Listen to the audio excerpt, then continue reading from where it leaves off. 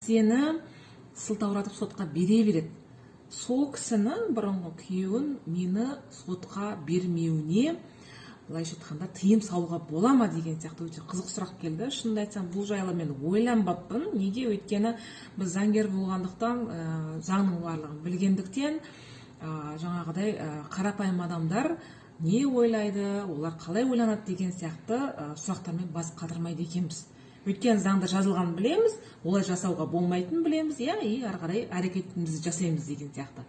Бірақ бұл жерде өкінішке орай сіз ешкімді де сізге қатысты оның сотқа бермеуін тыйым сала алмайсыз. Неге? Өйткені біздің ата заңымыз, конституциямыз бар, одан кейін басқа да заңдарда жазылған. Заңның алдында, соттың алдында барлығы тең. Яғни барлығының құқықтары тең.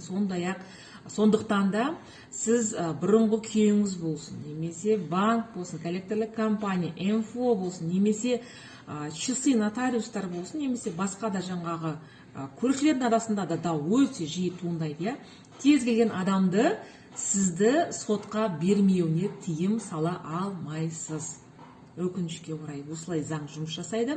Яғни кез келген жағдай бойынша кез келген адам сізді сотқа берді ма, мысалы үшін қарызды қайтармады деген сияқты, ал сіз ол қарызды қайтарып қойғансыз деген сияқты.